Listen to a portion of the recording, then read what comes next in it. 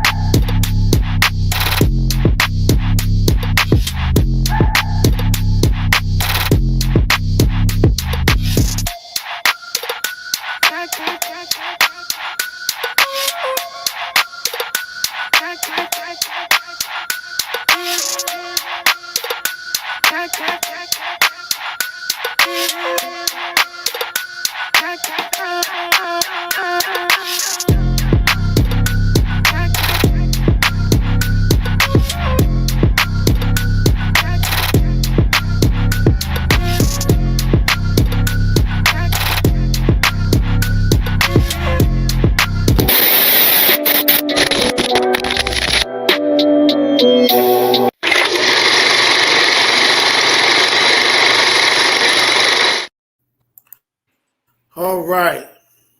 Shalom, shalom to Facebook. Shalom, shalom to YouTube. We have a very, very special guest today. Definitely want to know that we are so excited for Nazarene Hebrew Institute of Technology to have Dr. Rabbi, Dr. Elazar DaMota.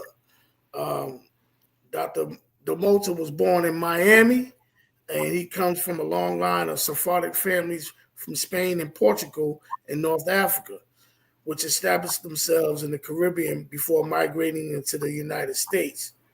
Rabbi is a Hakham. If I'm not mistaken, Hakham is a person that's skillful and very well studied in their studies. The rabbi is from the Dominican Republic, or resides in the Dominican Republic. His studies, he has a master's degree in religious studies and anthropology from Florida International University.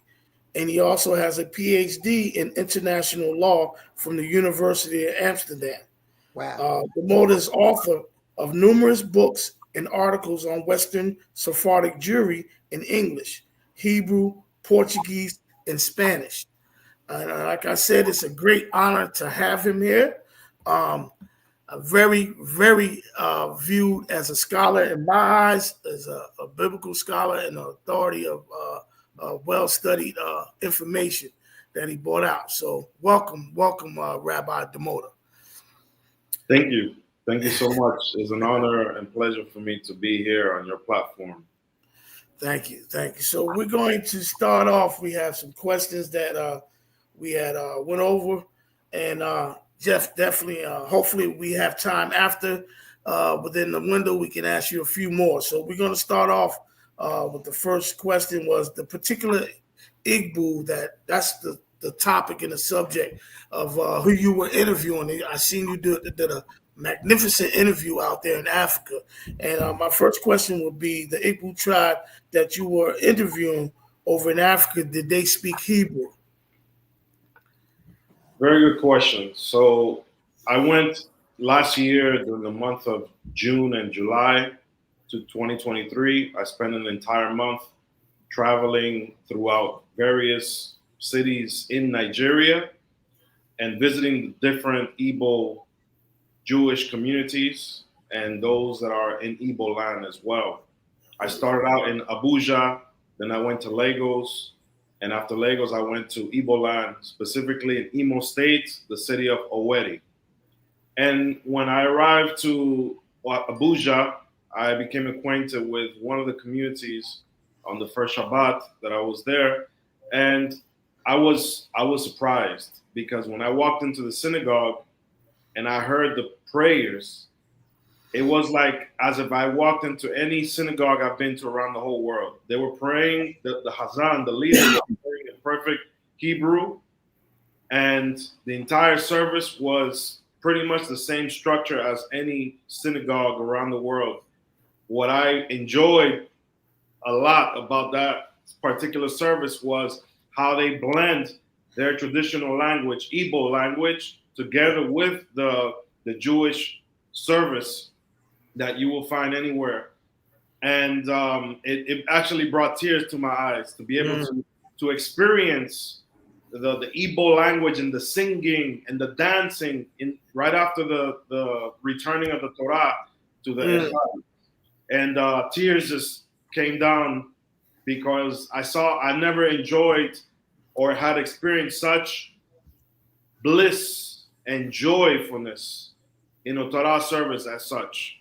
And I've been to many Jewish communities around the world, but I've never experienced something so soulful, I would say, soulful and spiritual as the experience with the Igbos there in Abuja. Then we visited another community in Abuja as well, and in the city of Gihon. There as well, we had a prayer service in the afternoon on a weekday, and the prayer leader prayed in Hebrew. He did all services in Hebrew. Then I went on the next week to Lagos, which is one of the main cities, and the service again was all in Hebrew, and some Igbo language was also utilized in the service.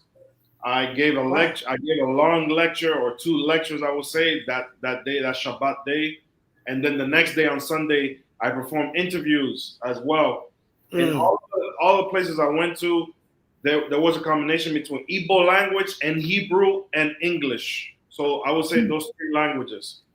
And then I went on to Owerri, which is an Igbo land in the Imo State, and same thing. It was soulful. They even played instruments, not on the Shabbat, but on the weekdays. They played instruments in the service, and they utilized the three languages, English, Igbo, and Hebrew, in their services. It was amazing to see that.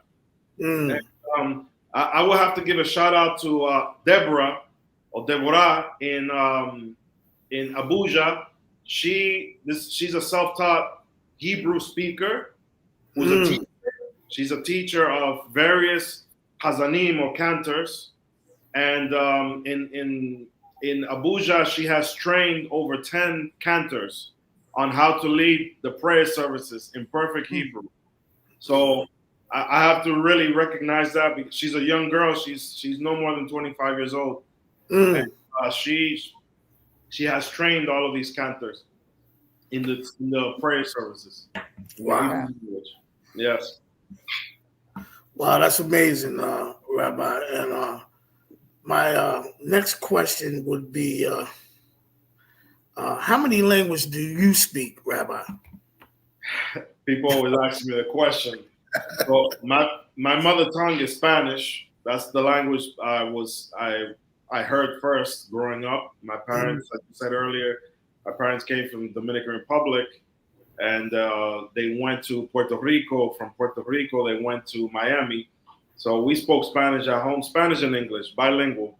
But for my parents, I spoke Spanish, and so I speak about 7 languages. I've lived in over 8 countries in the last 22 years, and I've been endowed with the gift of tongues. Now, side note to that question: when you was translating with them, what language was he speaking? The elder there. He was speaking Igbo language. Speaking Igbo, and you understood Igbo language? I understand some Igbo language. I'm not fluent in the language yet, right. but I do understand a lot. Yeah, we could tell in the interview, man. Wow. So, is it and I didn't have this written down, but I'm just curious to know: is it similar to Hebrew? There are a lot of cognates that are related to the Hebrew language, and but that's a topic for another discussion. Right. Okay, all right. So that's good to hear that, though. That's very interesting. Okay, and I know that during your studies, with the criteria help you come to conclusion in the letter, the Obadiah letter, that Igbos were descendants of Hebrew Israelites. So what came to the conclusion that you came up with the conclusion during the Jewish courts? We have the letter. We read the whole letter. What came to the conclusion, your conclusion for that? Okay, so one of the things that I always explain to anyone whenever I'm asked this question in interviews or personally is I explain the concept in Jewish law, which is called hazakah. Hazakah can be translated roughly as legal presumption. So in law, we can determine something when there's solid evidence, and also we can determine based on circumstantial evidences or based on a number of frequency. So if you see, we use this in science. In science, whenever you can prove that something is, a hypothesis is true, you need to perform 3 experiments. When the experiment produces the same result 3 times, then you can say, or you can presume that the hypothesis is true. Now, that doesn't mean that it is solid evidence, because if you have a larger frequency, you might not produce the result 100% of the time. So the way Jewish law works is based on legal presumption when it comes to identity. And one of the questions that I asked one of my mentors and teachers many years ago is, how can we prove that the Jewish people, we are actually Jews and we say who we are? And he said to me, his response was simple: hazakah, hazakah. Because no Jew today can trace all the way back to Mount Sinai with a perfect lineage or perfect genealogy. Not even those who descend from Kohanim, from the priests, who presume that they are descendants of Aaron, the brother of Moses, peace upon them. We cannot bring a solid 100% proof. So Jewishness today, or Israelite identity, is based on hazakah. What that means is, when we look at various Jewish migrations around the world, or we look at communities that have a large frequency or connection to the Israelite people or traditions or so on and so forth, we can study their anthropology. We can do what's called, in anthropology, we have a particular study which is called ethnography and ethnology.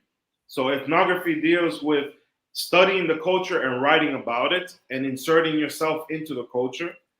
And then ethnology is where you observe the culture and then you interpret the meaning of what it means in comparison to another culture, or what it may mean to the observer. So that's ethnology. And Jewish law functions with these methodologies when it comes to establishing hazakah, or identity based on hazakah. So we have a passage in the Talmud that says, Kol Israel yesh lahem hazakah leithaten ze bazeh.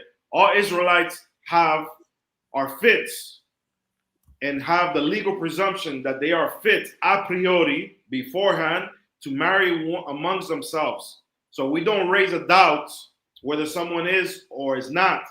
However, the law then says, if you see or you observe a particular family creating strife among the nation or speaking bad about others, then we have to investigate those lineages and those families, because perhaps they are descendants of the Gibeonites. And we know in the Bible who were the Gibeonites. They were descendants of the Canaanites who deceived the prophet Joshua. And then he made an oath with them, and they were part of the people of Israel, but separate. And so, with that said, once we understand the concept of hazakah, we're not going into a group such as the Igbos or any other group that says that they're Israelites to go and prove that they are.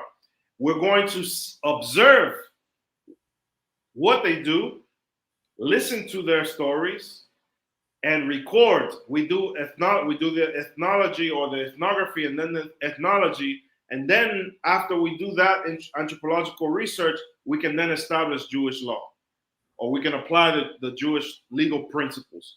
This is how it works, and all rabbis who've been trained in Jewish law do it this way, and have done it with various other communities around the world. So, to answer that's the first part of the question. The second part of the question is, what are some of the things that we observe among the Igbos? And there are a lot of things. I wrote down some things because I don't want to take up the whole time. I can take up a whole lecture just talking about Right, absolutely. But I will speak about some of the things that really stuck out to me, that really stand out, and which can help me determine that the Igbos descend from Israelites that lived or existed at the time before the destruction of the Second Temple. So we're talking about before the rebuilding of the Second Temple, before Ezra and Nehemiah and those prophets, peace upon them. The Israelites who left from Israel and went to Africa, that group possibly left by the time of prophet Jeremiah. Jeremiah at his time said there was a group of Israelites who wanted to go to Egypt. And he said, don't go there. Go to Babylon. Reestablish yourself there, have children, and work there and serve the Babylonians. And after, you will come back to this land. Now, this group, that large group of Israelites that went to Africa, they then migrated to other parts of the African continent for the ensuing centuries. And there's a lot of literature about those different migrations of Israelites scattered throughout the African continent. And so some of the customs that are really important among the Igbos is how they treat the land.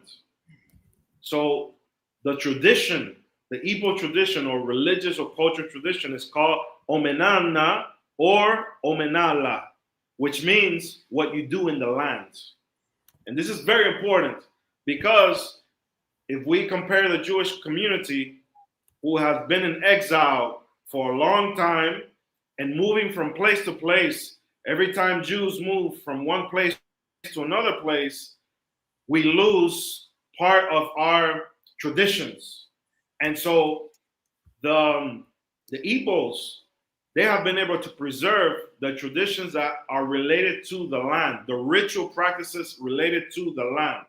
So what I mean by that is the laws of inheritance, tribal inheritance, the laws of double portions given to the firstborn son, the laws referring to what we have in Hebrew, tum'ah and to'eba, or purity, impurity in the land, and also what's translated as abominations. These two concepts exist in the Hebrew tradition, which don't necessarily exist even in Jewish communities as related to the land, but more so related into ritual practices, which were reworked by the rabbis in the Talmud to refer to the biblical time period. So the Igbos have a concept called unso. Unso is when someone becomes ceremonially impure or unclean involuntarily. For example, when a woman suffers or goes through menstruation, she's unso. This is considered unso. And so it's not her fault. It's something that happens biologically. So this concept of unso is in the Hebrew tum'ah. She does not have access to the temple or the holy place. And then we have another term, aro. Aro can be translated as abomination. And this is a very important term because aro is related to those acts or practices which are abominable and impurify the land. The status of the land becomes unclean or inaccessible because of a particular practice. And there are a number of practices, and we can find them in the Torah. In Leviticus, we have various practices. For the land, I just want to just add something to that because I'm listening to the land. Do they keep a Shabbat for the land as well? The 7-year Shabbat is in Torah? Yes, they have the concept of the Jubilee and also Shemitah, which is sabbatical year. And so everything that the Igbos do is related to the land.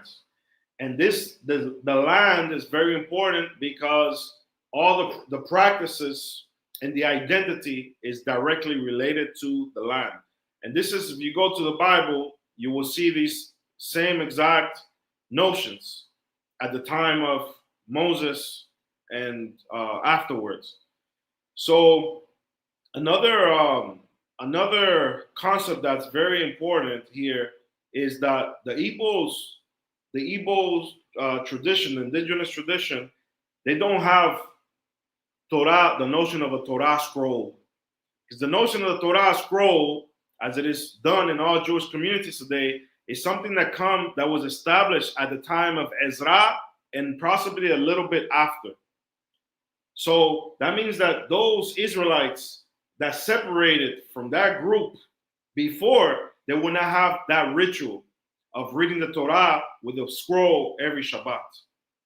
So this is for me one of the let's say indicators that this community established itself from a time much before or around the time of Ezra.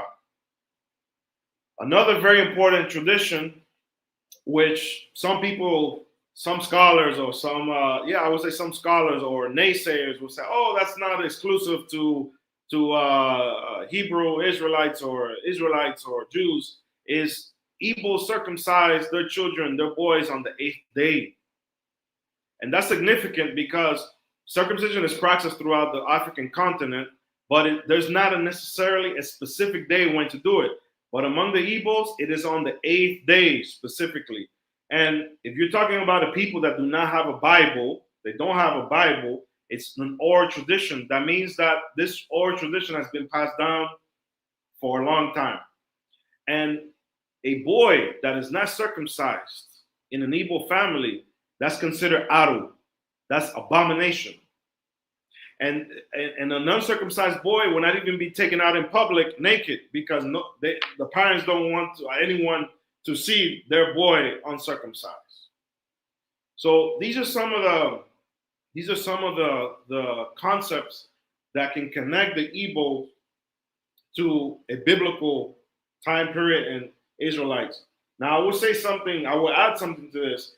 I believe that among the Igbo community, there have been different migrations of Jews For example, in 1492, the Jews of Spain were expelled, and a large group went to Morocco. And then a few years later, one of the sultan in Morocco forcibly converted those Jews to become Muslims. Now, some history says that some of those Jews left to other places, and others say that some became Muslims. But no one is talking about what happened to those who left and where did they go to. It is possible that some of those went southward into Mali. There was a large Jewish community in Mali, Timbuktu, and from there they kept traveling down south and connected with the Israelites that were in the Niger River Basin, what we call today Igbo land. And the reason why I say this is because among the Igbos, there are different shades of color, of skin complexion. There are some Igbos that will be considered whites according to American USA standards, and others that are considered to be black. So we know that there hasn't been a systematic genetic test that can prove this, but I think that the genetics will show that they have a large number of Spanish and Portuguese Jewish genes among them.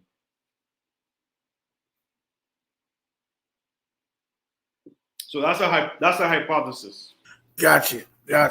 My next question will be, in your opinion, what percentage on the slave ships during the transatlantic slave ships were Igbo? Oh, your percentage. That's a very good question. I'm not an expert on this particular history, but I would say when I interviewed some of the Igbos about the slave trade, the one particular person from the Aro clan, so I explained a little bit what the term Aro means. The Aro clan, they are held responsible for purifying the land from all those things considered to be Aro. And this Aro man, as they are called, he explained the history of his ancestors and how they were involved in slavery and slave trade, the transatlantic slave trade. And he explained how the process happened. And according to his calculations and his account of the transatlantic slave trade, I would say it's very difficult to give a number, but I can say in my studies on West African Jews and also Portuguese Jews involved in slavery and slave trade in the west coast of Africa, I would say that from all the slaves that came through West Africa and then went westward into the Caribbean islands and also to the let's say the Americas in total, I would say we can perhaps even say up to 50%. I like to be more conservative with numbers. I've heard numbers somewhere 90% or 80%, but I would say 50%, and that's significant already. Yes, it is. Yashia, the next set of questions. I just wanted to ask something about what he just said. Is that, I want to make sure I heard this right. The number you just gave, is that just the brothers coming through Portugal to Western Africa? No, this number is referring to those Igbos who were enslaved and then they were sent. The Igbos total. Okay. The Igbos, yes. I have to explain something about that. So in the Igbo tradition, or in the biblical tradition, we have a concept that's called karet, being cut off from the community. So there are certain things that if according to biblical law and also Igbo tradition, Omenana, if you do these things, you'll be cut off from the community. So the question here is, what happened to those people who were cut off from the Igbo community at the time of the transatlantic slave trade? Most of those people, they ended up being slaves. They were sent away. That's what happened.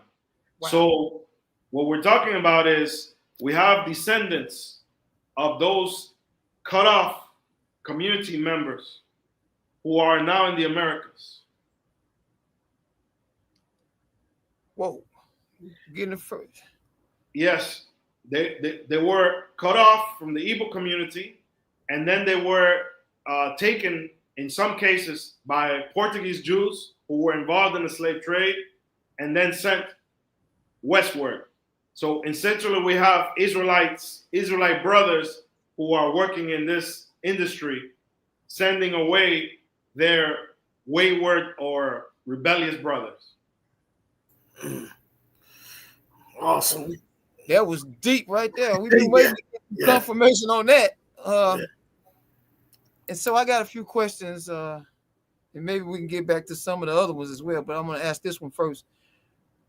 Are there any books that would add any historical context to the Jewish acknowledgement that the Igbo are in fact ancient Israelites?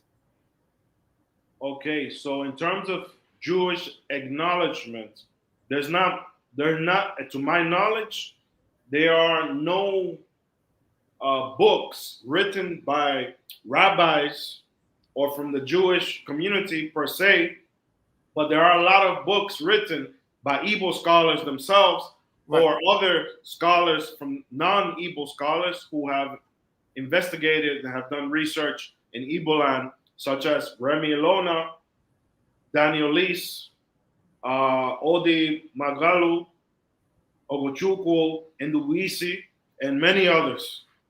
Do you mind, Rabbi, sending me those names so I can, because it's too hard for me to write them down. Okay. Send me those names so we can get those books. Yeah. We have Remy on. We know Remy. We had Remy on. We have Remy on before. We have his books as well. But excellent. Yeah, the rest of them, I would love to you send me the email of those names so we can purchase the books. Go ahead, though, Rabbi. Okay. Are you ready? Yes. Everybody relax. I'm never in awe. I'm just in awe. Y'all know that I can talk forever, but I'm like real humble. This is wow.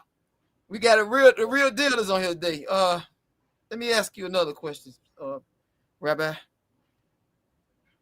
Do you have any knowledge as to what specific tribes of Israel are known to be amongst the Igbo people? Very good question. So yes, according to Omenana tradition or Omenala tradition, depending on the dialect of Igbo language, some people say Omenana, others say Omenala, referring to what you do in the land. The tradition says that Igbo's majority.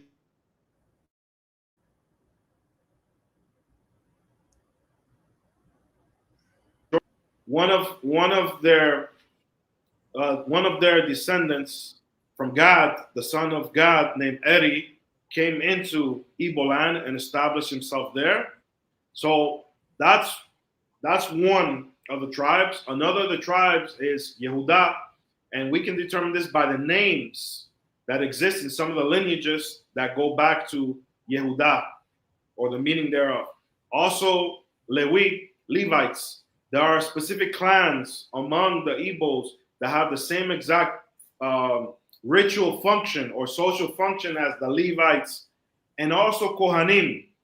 So we're talking about the Aru and also about the Enri, Nri. So these two clans will be like the Levites and Kohanim among the Igbos. So we have Gad, Lewi, and Yehuda. This is what I think is among them. Now, if we go to the biblical time period and we look at where the tribe of Gad was on the other side of the river, of the Jordan River. And they were there with the Reubenites and the Manassites from Menashe, the half tribe. The other half was on the other side of the river. So we can assume that these clans or these tribes moved together, and among the Israelites, the Kohanim and Levites were divided among the 12 tribes.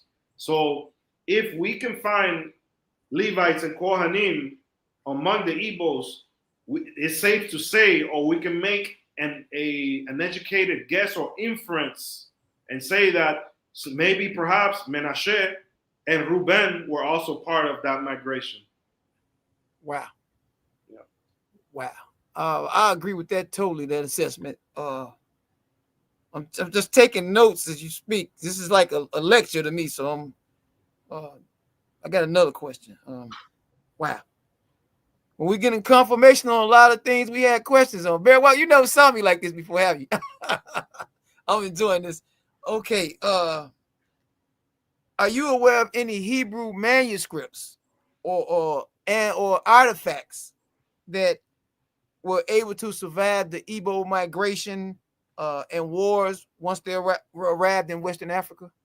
Okay, very good question. In terms of Hebrew writing, I have not found any Hebrew writing. There are some old script or writings in Anambra State, which is where it said that God and his descendants established themselves, and Oweri as well. There's some writing, and there's debate on whether what language this is, because people cannot really understand what it is. So in terms of writing, we don't have that. But in terms of artifacts, some members of the Aro clan spoke to me about what's called the Ofo. The Ofo refers to staff, a staff of authority. Now, I will explain the legend among the Igbos, what the Ofo is. And this is very important. In the Bible, we have a conflict between Moses and his cousin, Korah. And Moses told Korah and his group of people, come tomorrow and bring your staffs. Whoever staff buds, this is the person who, or this is the tribe that has been chosen by the Almighty to serve as the temple priests and representatives. Now, according to Igbo legend, each they carried these ofo, these staffs, with them into the African continent, and they are kept somewhere in a very safe place, and this is part of their tradition. So I didn't see it myself, but I heard the stories, and I saw in some of meetings that I've had with Igbos, some of them had a staff.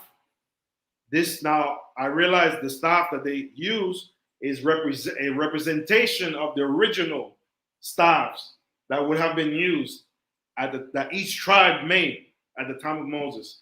So not everyone has or uses this type of staff when Igbos have their meetings, but this staff means authority.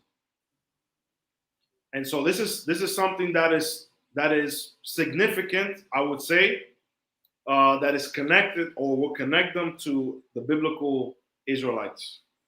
Wow. More proof. Wow, yeah, absolutely. I hope everybody in the audience is taking their notes, and just because I'm still in awe of what I'm hearing. Wow. And Rabbi, now we ran through those questions, Rabbi. Now he has a few more. I don't know if we could add them in. Would be, if you can answer them, you can answer them. If you can't, there's no big deal.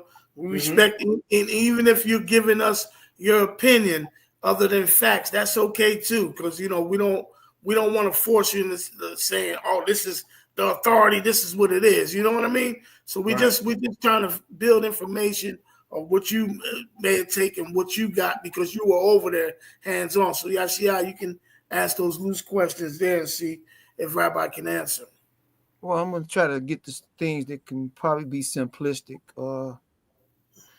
Okay, so when we speaking of the greater Igbo people as ancient Israelites, is this saying that all the clans of the Igbo tribe are ancient Israelites, or is it making specific clans inside of the greater Igbo people Israelites?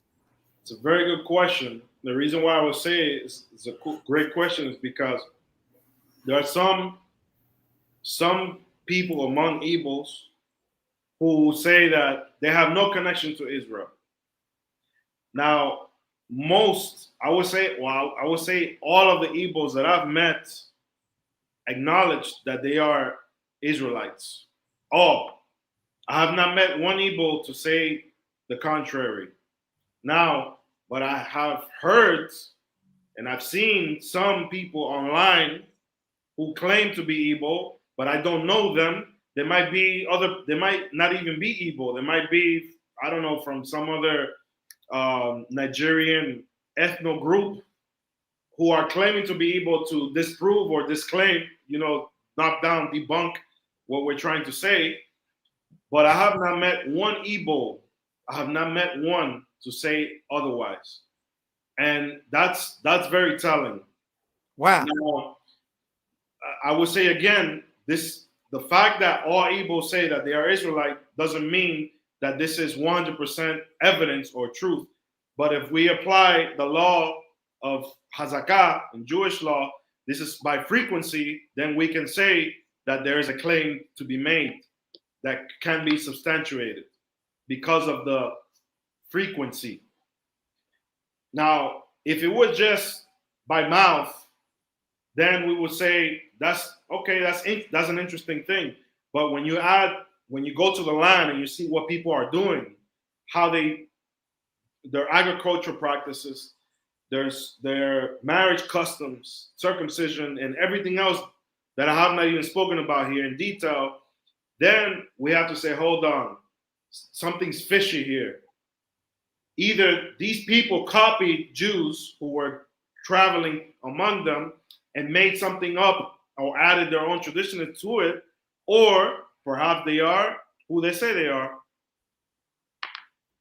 All right, I gotta not adding anything to what you just said. I'm just trying to be clear on this because some of that was scary. So I just understood what you said is that there are people who are so bent on disproving that we are Israelites, or some of our people, or people that may look like us are Israelites, that they would attempt to enjoin themselves to specific groups that are openly claiming to be Israelites. But these people that are trying to enjoin themselves are not Israelites, and they just want to denounce that the greater group is Israelites. That, oh no, we add some. Wow, that's correct. That's correct. Yeah, that's amazing, man. So we call them over here deceivers. Deceivers. I will have to add something here that's very important. Please. Among the Igbos, there's a tradition of the Osu. Osu are compared to what the Torah calls the Netinim, which are like the temple workers who are not part of the nation, but they are separate. And so the Igbos have this practice among them, the Osu people, and no Igbo will marry among the Osu. So they're part of the Igbo, they're within Igbo land, but they're not like part of the nation. So that's something very significant as well. Yeah, so perhaps those people are the deceivers or the naysayers. Saying, no, we don't have anything to do with that. Perhaps, but that will require a larger study and an in-depth study on that particular group. I got more questions. I don't know if Barry White want to ask something before I go back, and then we see if. No, go ahead. Get the questions. Somebody just text me a question to ask you, and it's good because we got you on here. About maybe 15 years, was it 15, 20 years ago? We had received like 15 via a video from a Karaite Jew that he was making with a gentleman by the name of Michael Root. They were over in the land of Israel. Okay. This Cariite Jew's name is Nehemiah Gordon.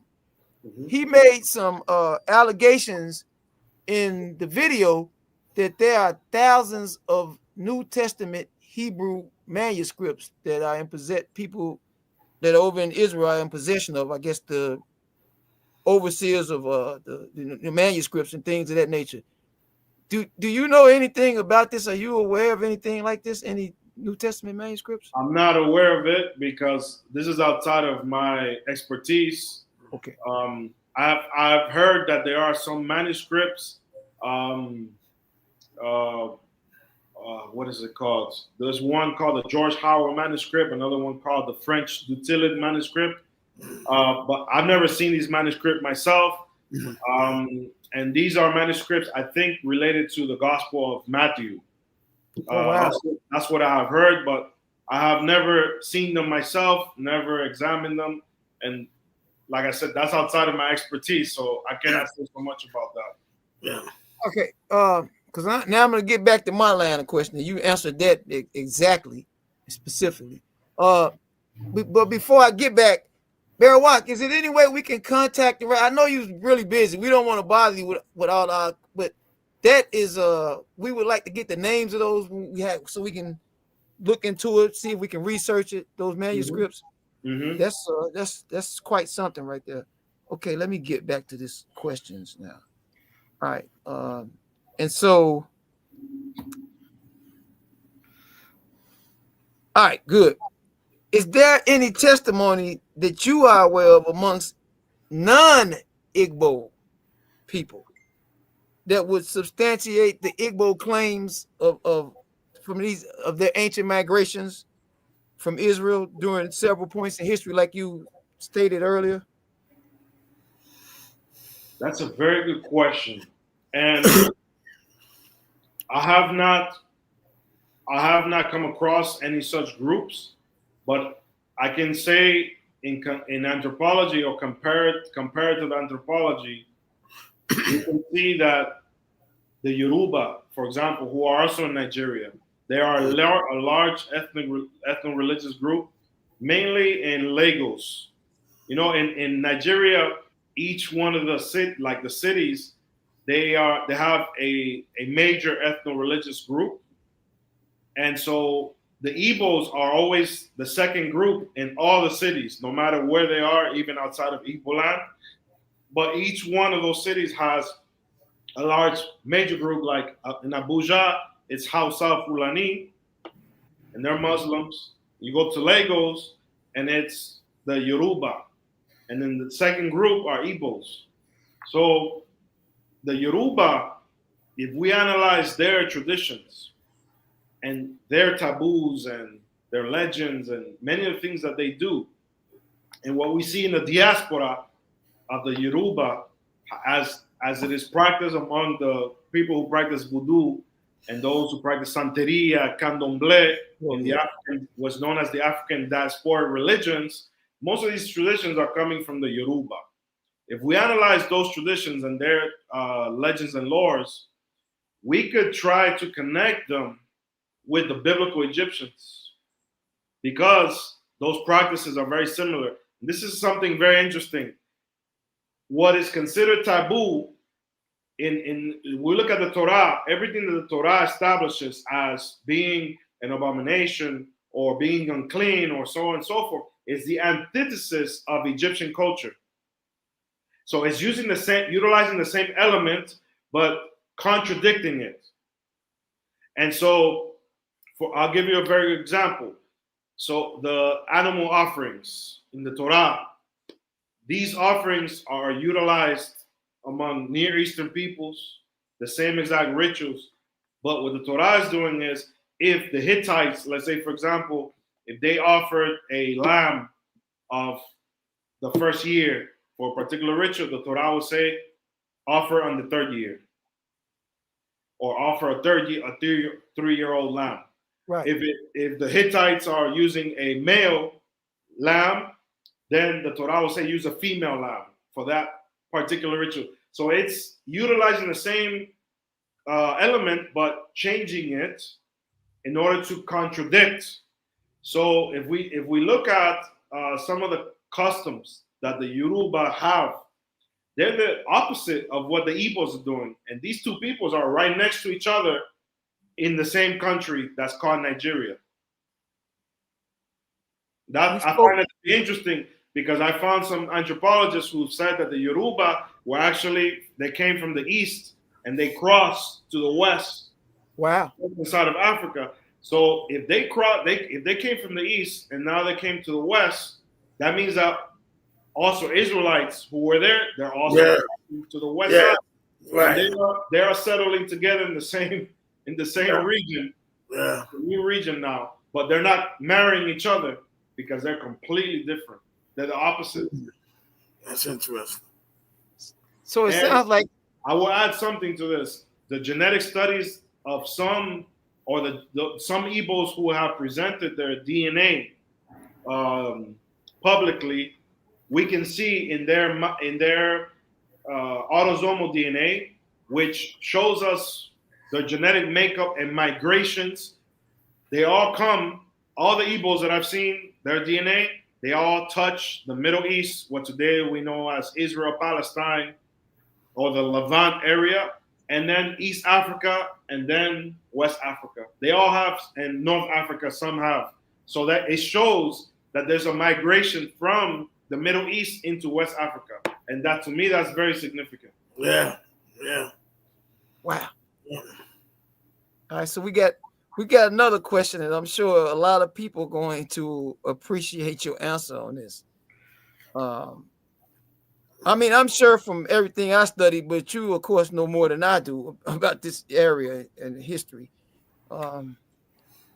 Is there any history of a rotating weekly Sabbath?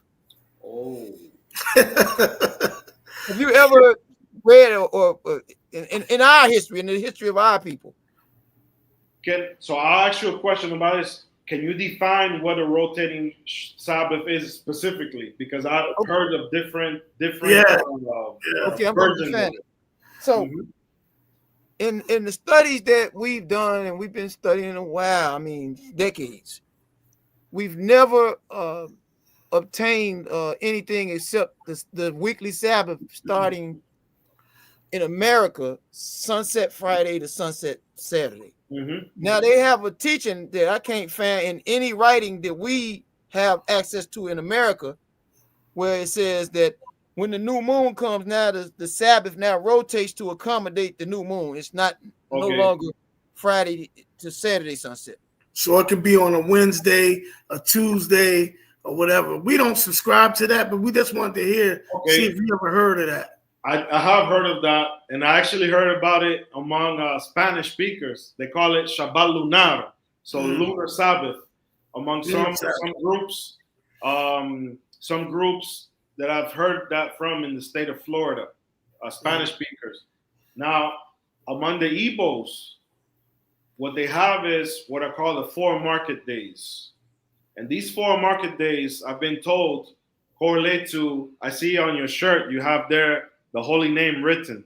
Right. Yes. So, the holy name written, Yehonatan, in the ancient, that's the Hebrew script. Fringes too. Yeah. So this name is codified in the 4 market days among the Igbos. So those 4 market days, what it means is the following. You have 4 days that you work, everybody's working, and then you have a rest. And then you have 4 more market days, and then you have a rest. So what's happening is within a period of a whole month, you have these weeks of 4 days. And so if you compare 28 days, a 28-day cycle, at least 1 or maybe 2 will correspond to the 7-day Sabbath that's being followed by the rest of Jews around the world. So I think that's very interesting that the Igbos have this concept.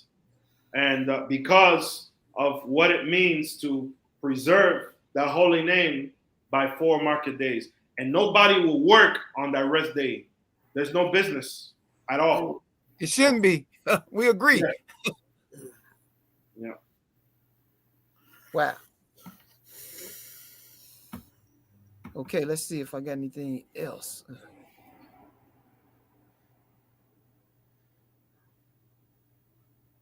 Give me 1 second. Mm-hmm. Oh, this is one I had to ask too. Yeah, good. So, you obviously you've been over there. You've been a great deal of places where Israelites are scattered all over the place, and so this may have came up. You may have knowledge. If you don't, okay, it's good. Try to get this question answered. Are you aware of any history where the Igbos have joined themselves to other tribes over in different parts of the world that are Israelites, and they have taken them in, or they fellowship, or even perhaps even married? Because my knowledge from all of the studies and the books that we read and things it's other groups in Africa that claim to be Israelites, like the Falasha and the Limba and other groups. Those are just two of the most known groups. So do they fellowship with one another? Do they interact? Are those relationships strained? So I don't know. I don't know if there are direct contacts between the Igbos and other Jewish groups or Israelite groups in Africa, but I will say that there are among Jews, Ashkenazi and Sephardic Jews, outside of the African continent that do connect. When I was there, I became aware that there were since 1985, the one rabbi from Ghana, he was the first to travel into Nigeria and connect with the Igbos, and he brought them books and other articles. And so that's somewhere else from Africa. That's from, I think, was it Ghana or from Cameroon? Not Ghana. Wow. It was from Cameroon. And so that was the beginning of that. And then other Jewish groups from the United States, from Europe, they went into Igbo land, also from Israel more recently. There was also in the 60s during the Biafra War, there were some Israeli soldiers that went to Nigeria to help the Igbos to fight for their independence. Oh, wow. I think that's very significant as well. So do I. Wow, Yes. I never read that. Wow. Yes. And so more recently, there have been groups of Israelis who have gone to visit the Igbos in Nigeria. And if in the UK, we can see that there are some cases even where Igbos are married to Jews. And so this is something that's happening, and also in Israel as well.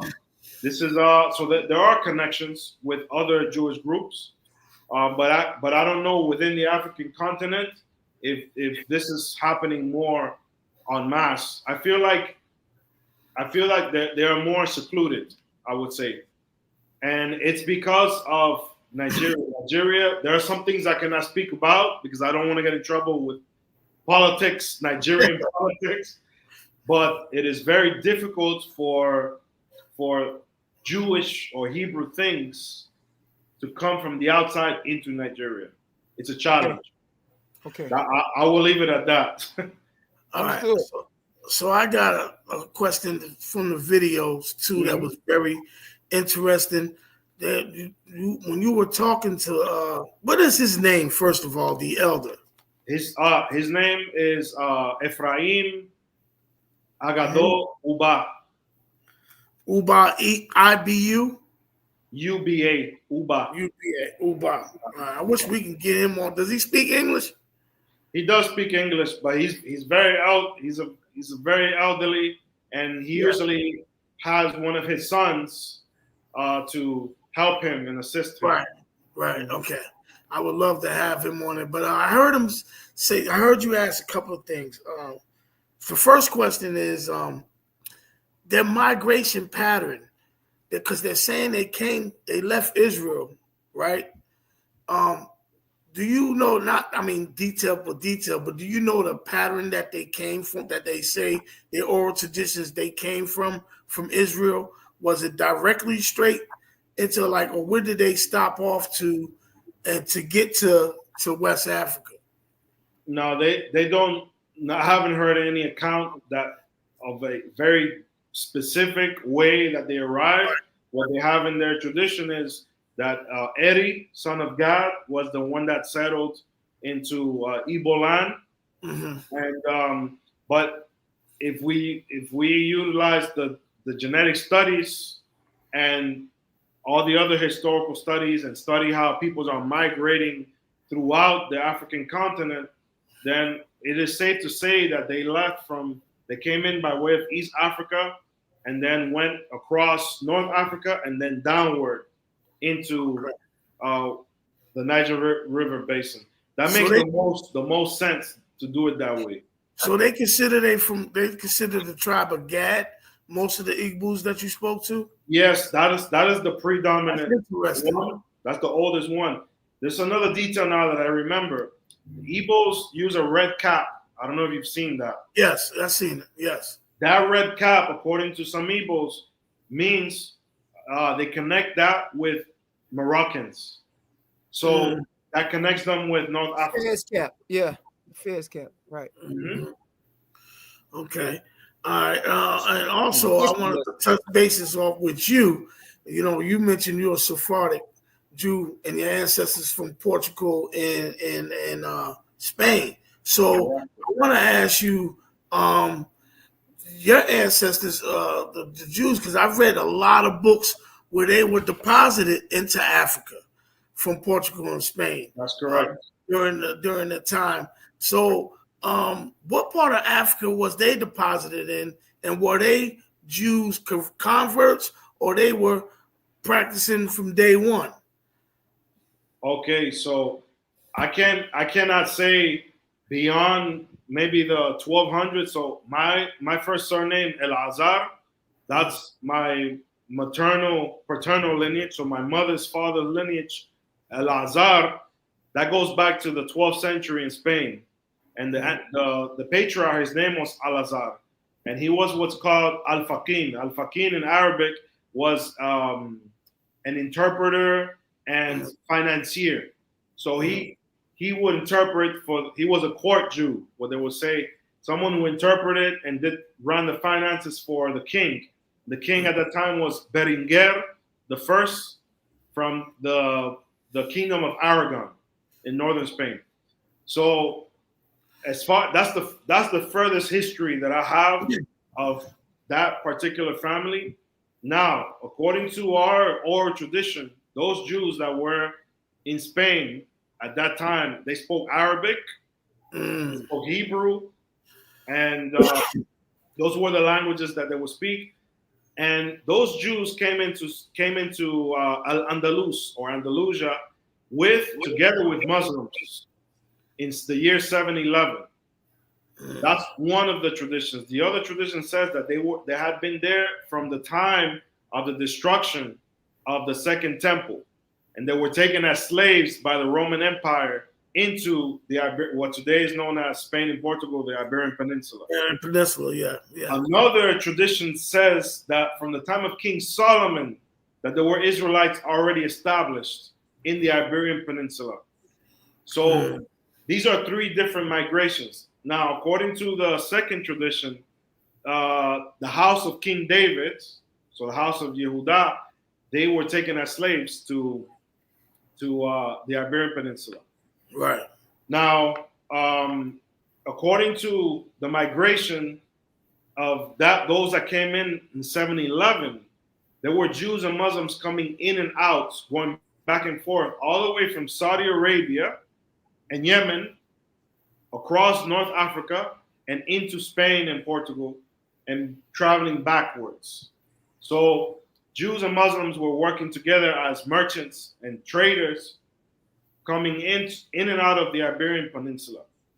And so there are some history, for example, Ivan Septima writes about the more. He writes You got about his books. Yeah, good. We got his books. Yeah. and in his books he talks about some of the migrations of those Jews that Yeah. left from East Africa and also coming out of Arabia Yeah. into Andalusia and Spain and Portugal. So That's good. according to my genetic studies, my own family studies, and what I've been able to see, that correlates to that history of those Jews coming from the Arabian Peninsula and into North Africa and Andalusia.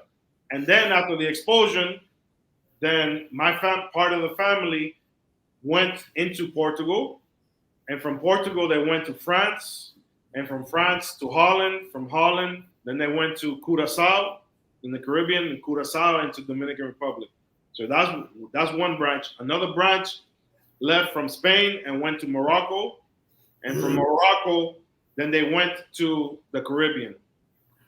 And so other branches from Spain, they went into Italy, and from Italy, then they went to into Africa as well, and then from Africa to the Caribbean.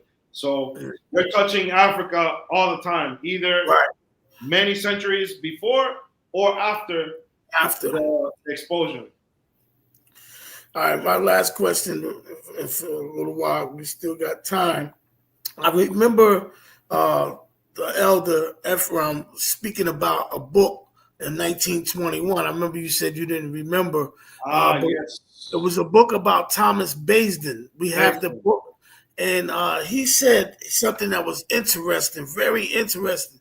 He said that prior to 1920, that the Igbos weren't practicing Christianity in Igbo land and that they got converted. Right. I found that very interesting that they were on their customs. So it makes me feel like the Igbos who say they are not, Israelites or Jews are the ones that were converted from Christianity, because he said there's no oral tradition prior to that. So I just wanted to know, did you get any more information on that when he spoke about that? Not really, but I would say one thing.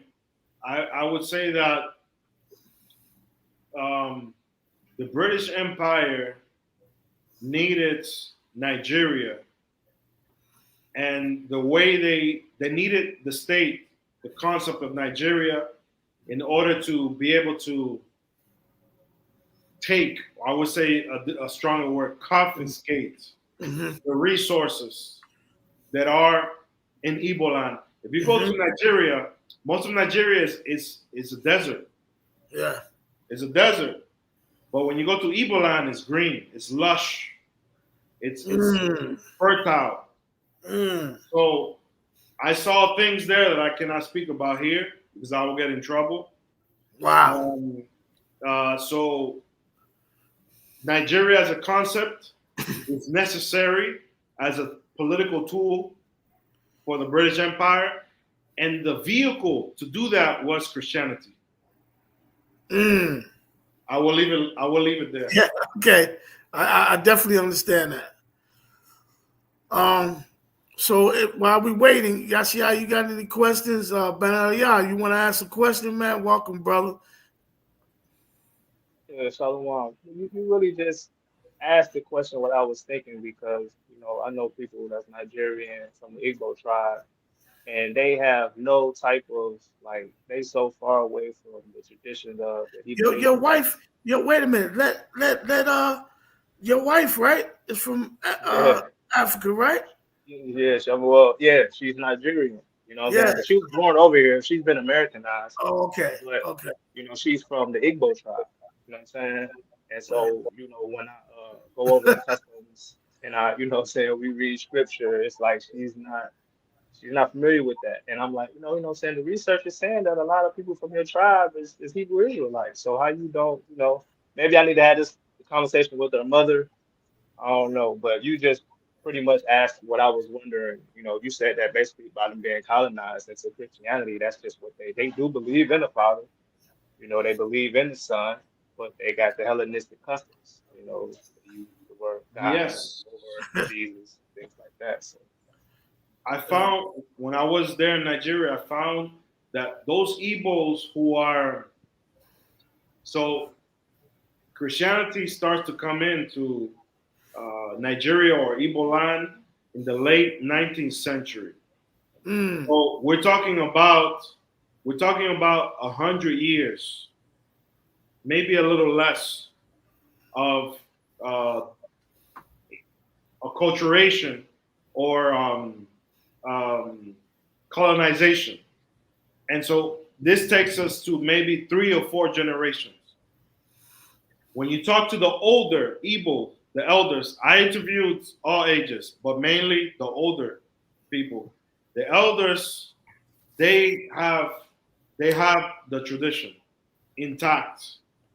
And some of them even told me, because I spoke to Igbos of different generations, age groups, those who are, I would say, in their between from 40 years old to maybe 70 years old, they have all passed through Christianity. They grew up as Christians, and then when they got older, they became conscious about their tradition, and they let go of Christianity. So those Igbos outside of Igbo land who are in that age group, when I interviewed them in Lagos or Abuja or any of these places, they had memory of other Igbos who never were influenced by Christianity. Yeah. So See, that's very interesting. That they will say, and this is interesting in Jewish law, because in Jewish law we have a concept or a principle that says the mouth that prohibits is the mouth that permits, which in psychology means if someone incriminates himself, we can believe that he's telling the truth because he has something to lose. Now, most people will say, "Oh, no, I'm 100% Israelite. I'm Jewish. I never been infected by another religion." If somebody says that, then you can accept it, but with skepticism. But when somebody says with humility, and they say, "Oh no, my parents, they were Christians and so on and so forth. I grew up as a Christian, but I let go of that," we can presume that they're telling the truth. So when I hear those stories among the Igbos who grew up as Christians and let go of it when they grew up, then that tells me I can believe what they're telling me about those Igbos who did not touch Christianity. So I would say that majority of Igbos today, the majority, and that's what actually, going back to the original question, the ruling that Obadiah Alliance made was how to receive those Igbos who have become Christians back into the fold. And that's very interesting because in Jewish law, this is a topic that is a hot topic among Jews and rabbis in many centuries, because Jews are subject to exiles and forced conversions to Islam and to Christianity specifically. And so rabbis have to know how to deal with those Jews who have been estranged to the Jewish customs or the tradition. But because being a Jew or a Hebrew is not a matter of religion, it's a matter of blood, DNA, genetic memory, I would say, to use that language. It's a matter of genetic memory that is in the DNA. Then they write these different legal responses on how we should be able to treat those Israelites who've been estranged from the Jewish community. Those very same principles can be utilized to apply to the Igbos as well, based on their legal presumption of who they say they are. So those who have become Christians or even Muslims, there are some Igbos who are Muslims as well in Nigeria. Right. In Abuja, there are some. Even those who are Muslims, they are still Igbos. They are still Israelites, according to the law. So there's a way to return them to their root if they choose to do so. And that's what the ruling is about. So you're saying every Igbo is Israelite? I would say so. based upon the frequency. Based upon the frequency. Yes. Because they know And they know. I would say the following. This is very important. Igbos preserve their genealogy because of their burial rights and their land, their connection to the land. If you are an Igbo and you leave Nigeria and you go to the UK or USA or Caribbean or anywhere in the world and you die, the local Igbo community will take your body and bury you in your family ancestral clan in that land. Why do they do this? Because in this way, your genealogy will not be lost. It will be intact. And when Igbos pray, they pray mentioning their ancestors. And they can pray, they know at least 10 generations going back. So wow. That's more than many Jews only know 3 or 4 generations. Yeah. Yeah. But Igbos can tell you 10 generations going back or even further because they are mentioning the ancestors. Just I was going to say that. Mention Abraham, Isaac, and Jacob, and David, and Solomon, and so on and so forth. So that confirms what you just said. That confirms a lot of what I've been thinking about. And it's funny that this came up because I noticed I talked to a lot of Jews. I have a lot of European Jews or Ashkenazi Jews or whatever the case may be. I talked, and a lot of them can't go too further back than the 3 or 4, maybe 4 generations. Maybe 4. And I noticed in our history of dealing in Africa, they go back thousands of years in their generation, and they hold that oral tradition. So I wanted to ask, because Rabbi, because I took my DNA, right, and my DNA came back 90% sub-Saharan Africa, right, with 40% of my blood was Igbo. Okay. And it was I took 2 tests. I took CRI genetics and I took 23andMe. Okay.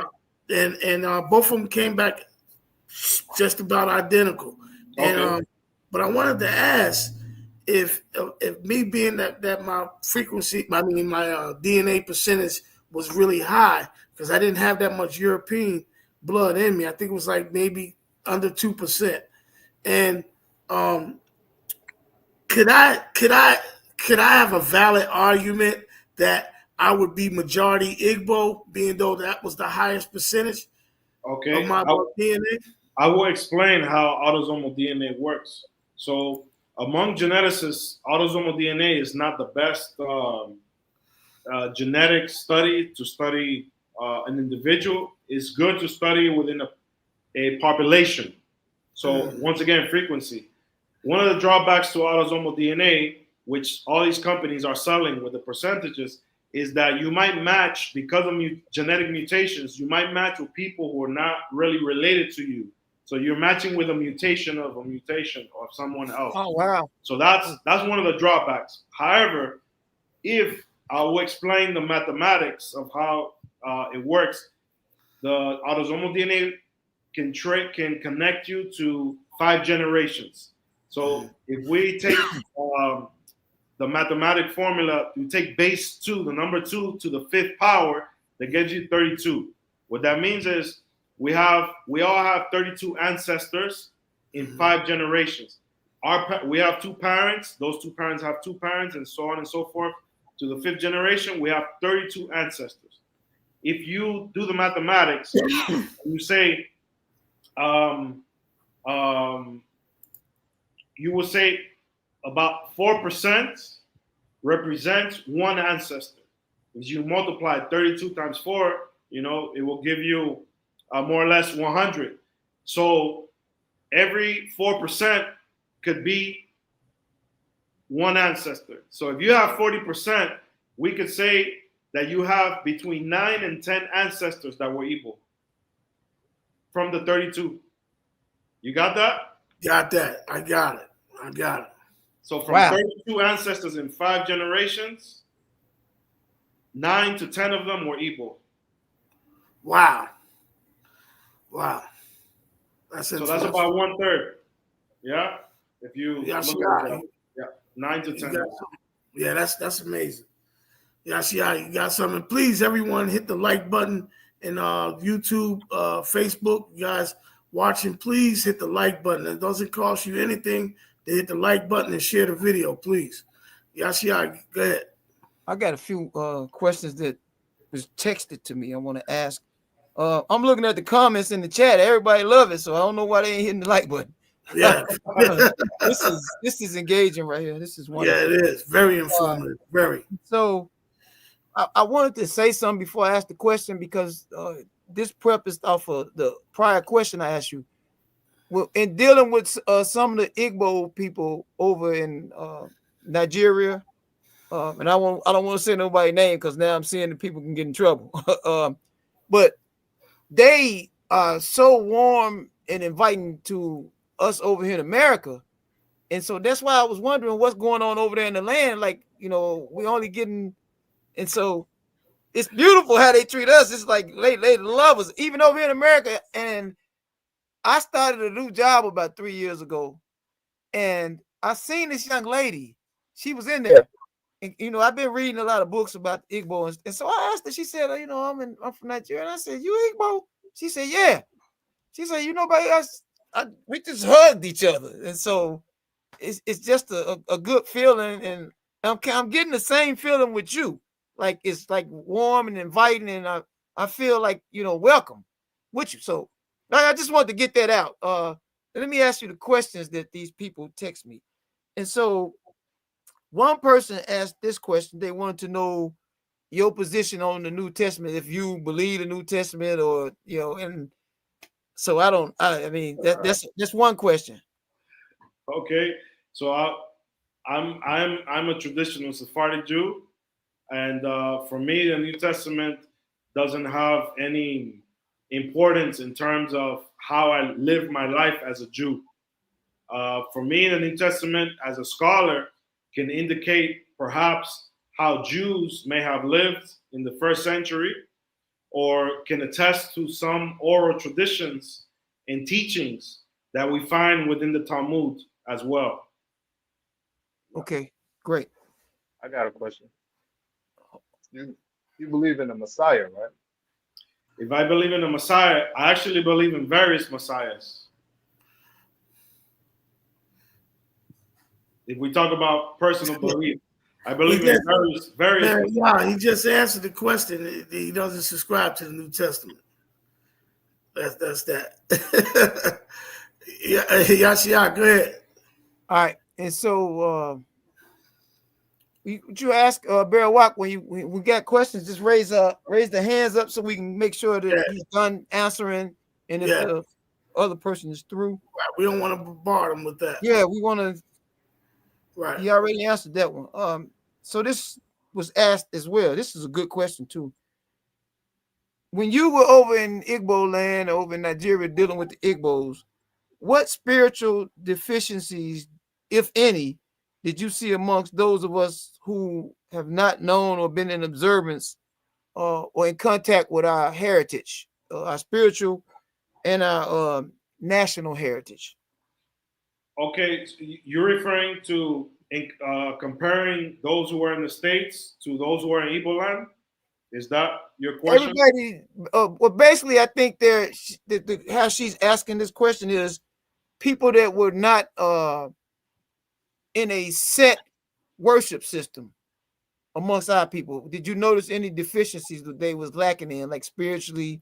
And since they became aware, or I guess that would be more for us over here, like, because we were the ones more precluded from the knowledge that we was Israelites until we started reading a lot of books. Right.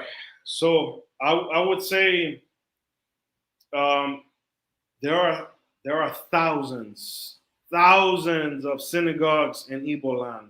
I only just touched the surface, and I have heard of so many different groups throughout Igbo land. Igbo land has 5 states. I only went to one state, right, which is Imo State. So in all the other, there were some places I could not go to due to safety concerns. Right. It's dangerous. There's an army over there called Boko Haram. I don't know if you know about them. We know about them. You have to be very careful especially if they know that you are a Jew or connected to Jews and trying to empower Igbos, like it's very dangerous. So I didn't feel like I wanted to be kidnapped by anyone trying to go in a certain place. So I didn't go to some of those places, and I hope that I can go next time to explore some of those places. And so what I can say is that from what I've heard of the different groups, those thousands of groups that exist throughout Igbo land, is there's no uniform practice because of the invasion and colonization of the British Empire through Christianity. And so those Igbos who have let go of Christianity, there are different groups. There are some groups that are called Sabbatarians, and the Sabbatarians they have some Christian theology that they subscribe to, but they practice their indigenous traditions as Igbos. Then you have other groups. You have various different levels of consciousness, I would say, and observance. And so, to answer that question, I would say that because of the colonization, the Igbos have been disenfranchised and broken up into pieces, and there needs to be some type of work or movement that will create a cohesiveness among Igbos. And I believe this is what Omanana Defenders is all about, if you know about them. I'm sure you probably heard about them by Remy Ilona. Yes. Omanana Defenders, they are fighting against this colonization by bringing awareness of Omanana culture to the Igbos. To the Igbos there that don't know. Empower them. Empower them. Mm-hmm. So, this is great. And so, based off of that answer that you just gave, we can now give some meaning to what's going on over here in America, because this may be the greatest colonization over here in America. I'm not sure, but it could be, with how Christianity moved in and caught us at a vulnerable time, and they did what they did. And so, but we also got to take a lot of the blame as well as the Israelites that is trying to make people aware, because it's not smooth and cohesive. It's like it's being forced on people that have been indoctrinated for over 400 years. Right. And so it's hard, but I think if we do it patiently and intelligently, I think we can make it happen, where a lot of people start realizing, hey, wait a minute, they own something here. We are the people of the book. And I got one more question for you. You want to speak, Rabbi? I'm sorry. Yeah, I will say something about that. In Igbo land, specifically in Owerri, where I was, that community is ready and available to receive any African American that feels that they are from the Igbo and have been estranged. They are ready with open arms to receive you with a special ceremony as one of their own. Wow. Yes. I kind of alluded to how they treat us because we fellowship with them from time to time on Shabbat. Okay. We go live and fellowship with them, and it's just all love. It's like, honestly, I hate to say it's better than anything over here in America. It is. It's sincerity, and you can feel love, and so that cures a lot of ills right there. Yes. We got the young lady that asked the other. She's got one more question. Mm-hmm. Let me make sure I'm getting this right. Well, actually, she got two if we get time. What are the greatest deceptions that you saw amongst us over here to the ways of the Igbos? I don't understand the question. What does it mean exactly? All right. It's okay. So, are there perhaps 3 to 5 practices that you see the Igbos keep that we should be implementing over here in America to restore our genetic or DNA memory? Oh, very good. Very, very, very good question. I like that question. So Number one, this is something that the Igbos told me over there. Anyone who's claiming to be Igbo and wants to reconnect with their root, if you are a male, you need to be circumcised. Period. That's number one. Number two, take on an Igbo name. Take on an Igbo name. All Igbo names have God's name in it. So I like that you have the T-shirt with God's name on it.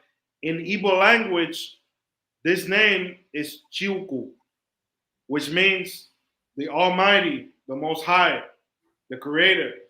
And so all Igbos have in their Igbo name have this name in it, just like in Hebrew. Right. And my name, Yehonatan.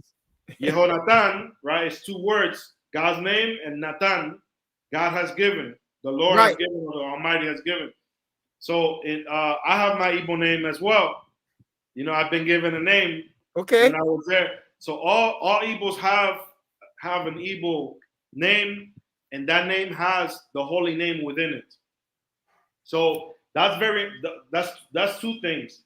And then the third thing would be, so I'm basing this on a midrash. There's a midrash, which is like a rabbinic lore, that says that when Jacob came back from the house of Laban and he came back to Canaan, the Torah says he came back shalem. Shalem meaning he came back whole. He was perfect. Now the rabbis, what they do with this lore is they take the letter of each one. So Shin, Lamed, Mem, the SH, the L, and the M from Shalem, and the Shin represents Shem, names. So they say, these rabbis say that the Israelites didn't lose their identity, or the Hebrews, in Egypt because they kept their names, Shem. So name is important. Lashon, language. So start learning Igbo language and Hebrew. And Mem, Milah, circumcision. Three things. So I gave you three. The next two are going to be related to a ritual. So, and also food. If you eat the foods that your ancestors ate, you will trigger your genetic memory.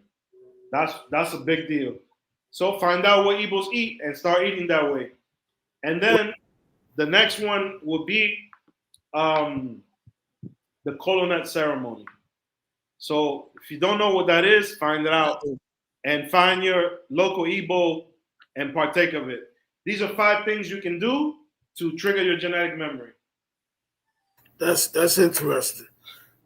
So with us taking these DNA tests, I know a lot of people, some people don't believe in it. And like I told you, like I mentioned, the high percentage of Igbo that I have in my blood. What if I was to go over there and like, you know, I identify as a Hebrew Israelite, right? And so if, you know, a lot of Hebrew Israelites over here in America just yell tribe of Judah, we don't subscribe to that. We don't know what tribe we can be from, right? So we don't sit there and say, oh, we tribe of Judah, or we the tribe of this. Another thing too, Rabbi, to let you know, we don't teach hate. We accept Gentiles or Europeans or any skin race in our community. Okay. We're not teaching hate like that as only our skin color can be saved. None of that nonsense. Okay. So we don't subscribe to none of that in our ministry. We take all kinds of people as long as they're trying to walk righteous and try to strive to keep the commandments, statutes, and laws, right? So with that being, I want to comment on what you just said. I think I think that's praiseworthy, because, and I will say it like it is, I think it's very ridiculous and it's very ridiculous to judge people based on skin color. And I understand that those peoples who are of our skin complexion in the States who are teaching in such a way, they're doing so as a way of getting back at those who did what they did to their ancestors. But you know, there's no real reason to do that, because if we look at the entire slave trade, you know, my PhD was on slavery and slave trade. Yeah. I can tell you that this transatlantic slave trade was not about white people selling black people. if you want to put it that in simple terms. It was actually a lot of different people selling each other, and then one group of people sending, well, various groups of people sending slaves into the Americas, and those slaves were not only black; there were slaves of different colors as well. So it just so happens that the way that the United States of America was developed politically, black people or people of color, I don't like to use the term black and white because that's like separating people because of a skin complexion. I would say people with a high amount of melanin or enriched melanin people have been disenfranchised because of theological interpretations on particularly what's called the curse of Ham. And this became part of law and part of society and politics in the United States, such that people with a high melanin count were disenfranchised. So one of the things that we need to do is to dismantle and eradicate this belief. And the way we're going to do that is by changing our language. Yeah. So Rabbi, if being though, because I wanted to get back to the DNA, if I wanted to go over to Africa and visit the Igbo people, right? Would Gad be the only tribe that they would mention that for us the 12 tribes, or do they subscribe to any other tribes outside of Gad? Because I'm looking at my DNA, like I said, and it's being though I got a high percentage of Igbo blood in me. What I would go over and try to match my DNA with them, that's what I want to do, to try to see if that what tribe I could possibly be from. And two, also I heard downloading the raw genetics of my DNA, which would give me my migration patterns as well, and compare them to their oral tradition. So what would you say about that? That hasn't been done yet. As far as I know, in order to do what you're talking about, that's something I would love to be able to do that. But first, it costs a lot of money. Yeah. And second, Igbos from various clans have to be willing to take the DNA test. And a lot of people don't want to do it because it's a taboo among Igbos. So if enough Igbos, if a significant amount of Igbos do these DNA tests, and then we can create some type of database, then we will be able to do comparative genetic analysis. Right. And then we can do exactly what we're talking about. But I don't think at this stage, we can do that. I asked that question too, to add on, because I'm hoping I got Tudor Parford coming on. Okay. So, if you're familiar with him, I just spoke with him on an email. I'm praying that when he gets back, because he just went back over to visit the Limba and live with them. Right. And I seen when he was doing the DNA over there, they were taking the DNA, but they were comparing it to the Kohan Levitical priest. Right. So he said he found some more new information on the Limba that he's going to reveal after his study of going over it. So that's why I was asking, could this be done? This type of test can be done, and I would say that it should be done among the two specific lineages, the Aro and the Enri clan, because they have the Levitical and the priestly functions among the Igbos. So, but no study has been done yet like that. What about the Limba? Do you agree with the Limba being descendants as well as the Hebrew Israelites? Because they say they are. I say they have a very strong claim, not only because, once again, their customs, the oral traditions, the DNA, and the history of the migration from out of Yemen, Jews from Yemen that went southward into Tanzania and then Zimbabwe, South Africa. To me, it's obvious. I got one more question for you, I believe, sir. And first, I wanted to thank you for all of your efforts and everything that you do to enlighten the people and help the people. I'm very proud of your accomplishments, your PhD, your master's, how you conduct yourself. Very impressed as well. And so, because we spent a lot of time talking about the Igbos, which we know it's a large percentage of us in America that have Igbo blood in us, Yes. DNA. We didn't talk about the Sephardic DNA. Wow. Because we got, look what's going on over in Dominican Republic, Yes. Puerto Rico. Yes. So Sephardic DNA.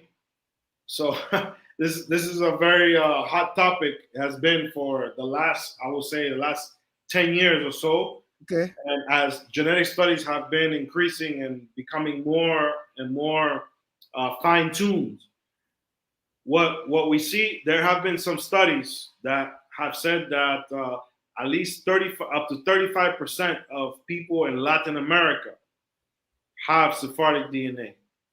And Wow. this is based on genetic studies that have been performed. Yes. And I can tell you about the study that I did with my master's in a city in Bani in the Dominican Republic. And I used mitochondrial DNA, which is the DNA that's specifically mothers giving to their children, both male and female. The reason why I did mitochondrial DNA specifically was because I wanted to do two things. I wanted to show a frequency of endogamous relationships that, in other words, they're not, this group of people are not marrying just anyone. They're marrying within themselves, among themselves. That's number one. And number two, I wanted to see if in the results, there are any connections between Sephardic matriarchs in other countries with those matriarchs in the Dominican Republic city. And I'll tell you the result, very simple. Close to 70% of the population in the city of Bani in Dominican Republic, which is known to be a city that was founded by Sephardic Jews, descend from 6 women. They descend from 6 women.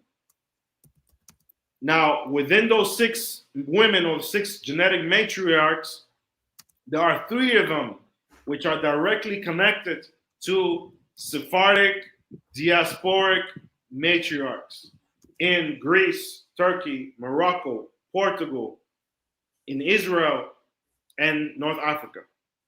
So the genetic results correlated and gave strength to everything else that I did in the research, which were the customs, the anthropological study, the ethnography that I did, and also they have genealogies that go back to the Iberian Peninsula, Spain, Portugal, Canary Islands, North Africa. So this study, what I did was a mock study, which can be repeated in other parts in Latin America. Man, this is huge. So the diaspora, we was dispersed everywhere. So somebody over in U.S. may have the same Sephardic DNA as you have, or they may have the Igbo DNA. Yes. Let me tell you something about it. Some people I have as in my rabbinic work, because I work as a rabbi on 2 different Jewish courts. On one of the courts, when people come to me asking me about their descent and if they're Jews and how they can prove it, or they bring certain evidences, and we investigate their lineages, their genealogy, their customs, their DNA in some cases, what we have found is that some people who are known Jews here in the Dominican Republic are genetically related to some of those candidates or people who are searching in Puerto Rico or in the States. So there are genetic cousins with known Jews in our database. And Wow. To me, that's amazing. That is. I got a question on the board for you, Rabbi. My question is, this is from our brother K. Judah. He said, my question is, why is it so much confusion on where Israel is today? Some say South Africa and Jerusalem, Ethiopia. Oh, so I don't know if you heard that, Brother Ron yes. Dalton. Brother Ron Dalton has done a study. I know if you heard of Ron Dalton, he's done a study saying that Israel and the land, that whole land is not Israel, it's actually South Africa. Now, we believe that maybe it might be a little bit bigger than what they say it is, but we know for sure that that's the homeland right there. So what's your take on that? So I would say this. I would say that Israelites are, because of the diaspora, the exile, wherever Israelites are going to, they take a piece of Israel, of the Holy Land, with them to this particular place. So you will find, for example, New Jerusalem, or a city of Jerusalem, in many parts of the world, because where Jews are going, they want to feel that they are now leaving home, or they're taking home with them. So you'll find, say, the city of Salem, or Jerusalem, or New Jerusalem, in many parts of the world, or Zion, as an idea, as opposed to a physical space. We go to the Torah. The Torah begins in chapter 2 of Genesis, delineating borders with 4 rivers. And those 4 rivers, if we examine them, speak of a land that's partially African, Middle East, Saudi Arabia, Jordan, Syria, all the way to Iraq, and includes all of Kuwait, so part of the Persian Gulf. So we're talking about a huge piece of land, which the Torah establishes as Eretz HaKodesh, the land of separation, or the land of prophecy. So when Israelites are leaving, or Hebrews are leaving this land and going into other parts, other regions in the world, they want to take this idea with them.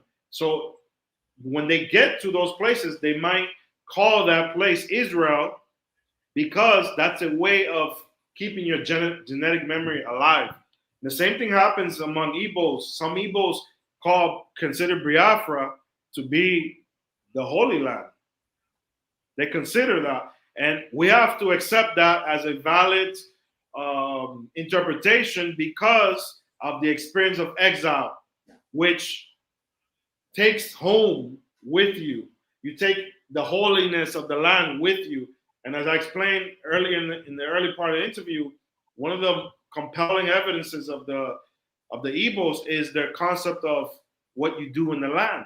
So they took all those practices from the Middle East, from the Holy Land, with them into the African continent, and it is no matter why, or there's no contradiction as to why a particular group would then consider their land, where they are now, to be Israel, or the Holy Land.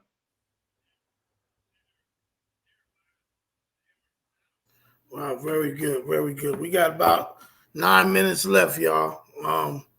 Does anybody else in the chat? Oh, Yashia, you got anything? Abraham, you got a question? One question you want to ask? Yeah. So I might not been listening good enough, but I just want to know, where does the rabbi do you believe the original Israel is today? Okay, so the land. So what I was just explaining now about the 4 rivers in the book of Genesis, it mentions one river that goes to the land of Cush, one river that goes to what is partially or the Fertile Crescent, Syria and Iraq, another one that goes from Iraq and Kurdistan and then down into the Kuwait, the Persian Gulf, and another that cuts through the northern part of what we know today as Saudi Arabia. That huge chunk of land, that is the land of Israel. These are the borders. And the Torah begins this way because the Torah is establishing the borders and then the genealogies of those peoples who are going to live there, namely the descendants of Shem.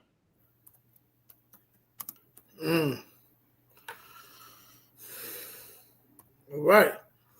Yashia, you got anything else? I'm racking my brain. He's covered like everything and more. Yeah. Like, and it was real simple for him. So I don't know. Wow. Yeah. You know, we always it's funny, I'm just gonna bring it up, Rabbi, because we got all positive information in the chat, but there's always gonna be somebody that's not that well studied, that has something that they try to push back on. And I believe this is maybe the young brother wasn't watching the whole video, because he's speaking in reference to some Igbos saying that they're not Israelites and that they come from white people. And he's trying to refer me to watch a YouTube, but I think he didn't watch the video from the beginning, who you are, and that you've been over there studying the Igbo tribe, and that he probably might be unaware that we were talking about the Thomas Basden book, where the conversion came in at, was there are some Igbos today that do not know they Israelites. And so this is what we're trying to teach some of these people in the audience that are pushing back to the Igbo or this or that. But you have to read books and study instead of watching a YouTube video and regurgitating something that you heard. Well, I'm trying to help him out by explaining to him, we call them deceivers, right? Or whatever you may call a converts. So, I mean, I just wanted to bring that up because of that, Rabbi. Thank you. I would say, in response to that, there are two customs that no matter among the Igbos, no matter even if they are Christians or Muslims, there are two customs that they preserve to this day, even if they have been so disconnected from the Igbo Omenana tradition. And that is circumcising their boys on the 8th day and marrying other Igbos. And that's Torah, no matter how you look at it. So this is very significant because they're preserving the covenant by way of circumcision, and then marriage, preserving that identity for their children. And so this is what it is.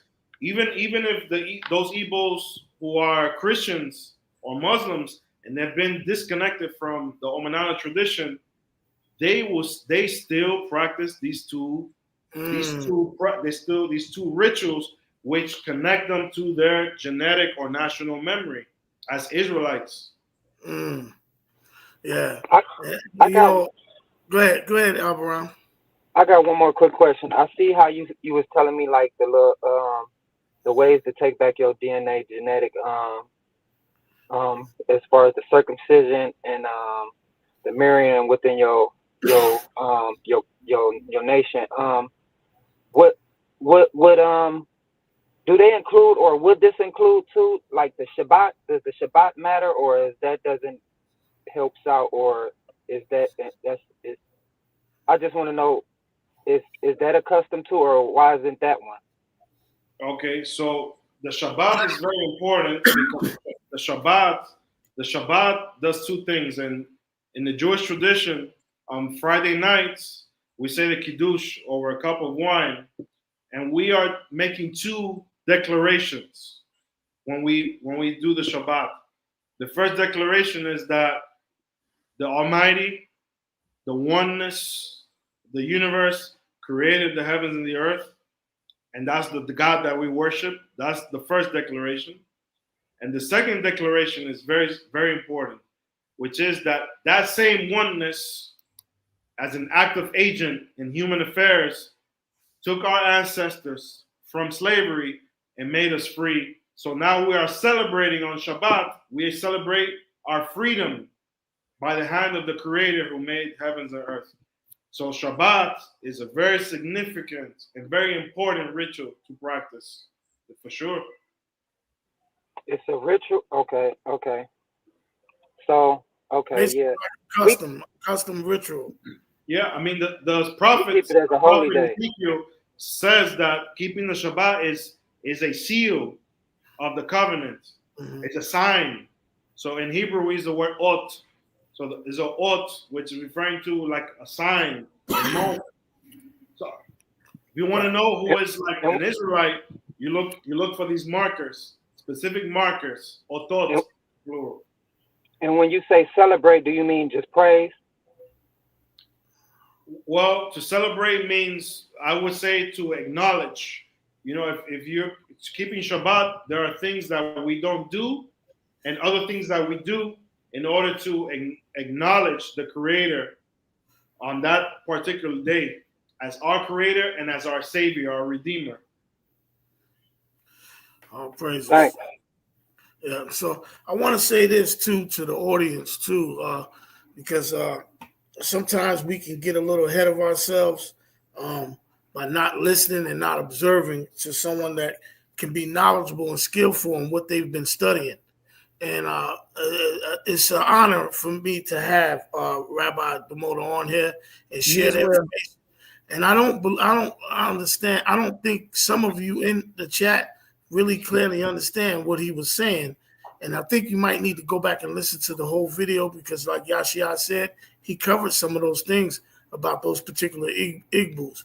But I want to say this: no matter how you guys' opinion you feel about Rabbi or what he was saying, one thing I know is probably 99% of the people in here, probably 100%, have never been to Africa to even study anyone and watch their customs. But this is one thing. If you read a lot of books like Nazarene Hebrew Institute of Technology, we read a lot of books. We vet it. We have library books over here in my house and Brother Yashia's house, Brother DeWatt's house, and books.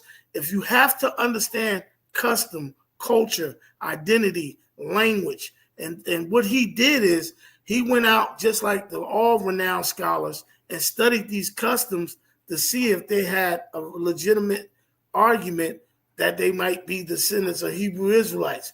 100% proof? No, we can't prove that. That's just like us over here in America yelling we Hebrew Israelites. They have actually more history and artifacts over there than we can even imagine over here to claim that we are Hebrew Israelites. So we need to be careful how we just say stuff and you're not that well studied in what you're saying. So I'm not trying to offend anyone, but it just bothers me when people get in the chat and they don't have nothing to stand on except a YouTube video. And you have to really, really look at who we talking to here. I suggest you guys go do some homework. And because this gentleman here is in the same category with Tudor Parford, and I don't believe y'all even know who he is. And he's a European, saying that some of these people have a legitimate argument that they're Israelites. So please be careful, guys, when you say stuff and you're trying to act knowledgeable from being a regurgitator from YouTube. This man has done his work and research, and the Obadiah's letter that you guys are saying, I don't know, you need to look at the history of Jewish courts and what's going on in Israel for them to even consider this. So again, it's not about trying to be right or wrong and not trying to offend anyone, but it just bothers me when people don't do their due diligence and study and learn how to research stuff. So again, Rabbi, I really, really appreciate you.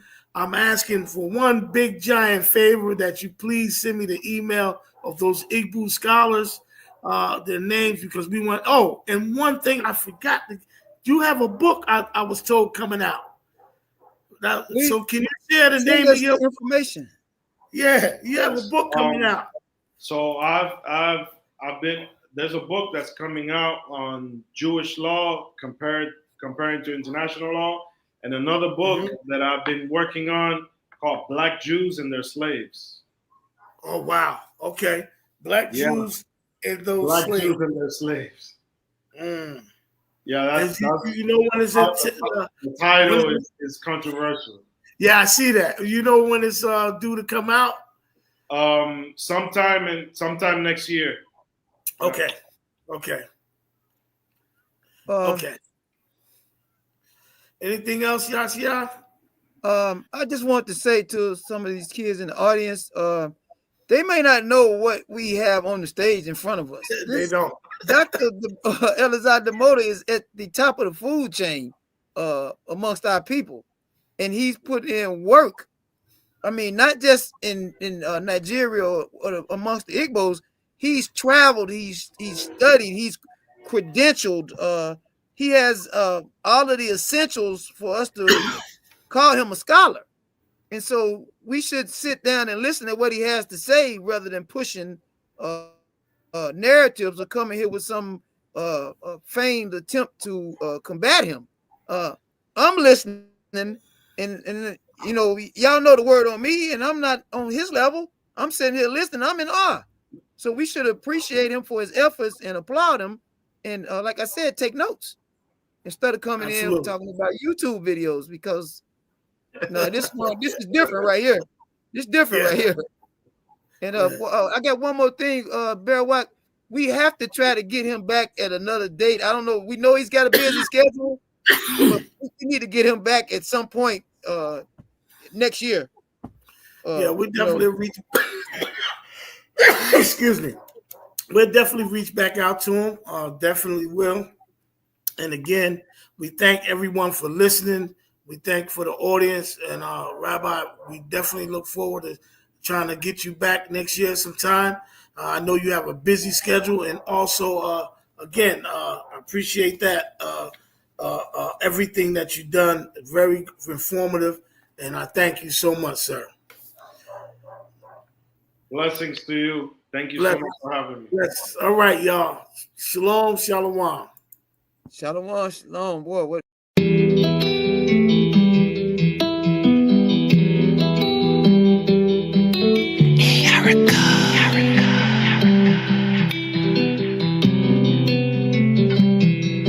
I'm a living sacrifice. I chose to be a service to the people that be hurting. Lord knows I don't deserve this life.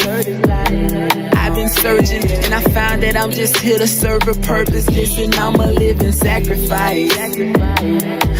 Y'all don't understand, it was all in this plan. I'm just here to help you get it right.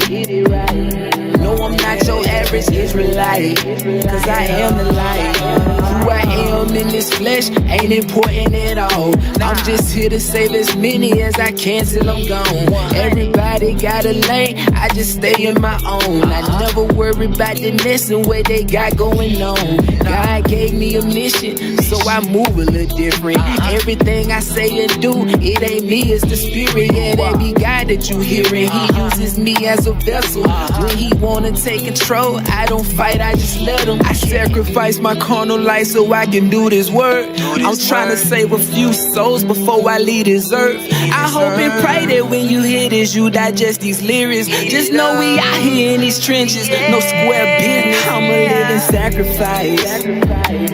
I chose to be a service to the people that be hurting. Lord knows I don't deserve this life. I've been searching and I found that I'm just here to serve a purpose. Listen, I'm a living sacrifice. Y'all don't understand, it was all in this plan. I'm just here to help you get it right. No, I'm not your average Israelite, cause I am the light. Most of these Israelites do it for the image. They talk bad about them Christians, but they ain't no different. Modern day Pharisees is what they are. All they talk about is law, but don't be showing love at all. I find it kind of funny how they claim to follow Christ. You a wolf in sheep's clothing, I can see it in your eyes, boy. Quit with all them lies, boy. Narrow is the way, you can't play on both sides, boy. Living double lies, boy. I sacrifice my carnal life so I can do this work. I'm trying to save a few souls before I leave this earth. I hope and pray that when you hear this, you digest these lyrics. Just know we out here in these trenches, no square business. I'm a living sacrifice. I chose to be a service to the people that be hurting. Lord knows I don't deserve this life. I've been searching and I found that I'm just here to serve a purpose. Listen, I'm a living sacrifice. Y'all don't understand, it was all in this plan. I'm just here to help you get it right. No, I'm not your average Israelite, cause I am the light.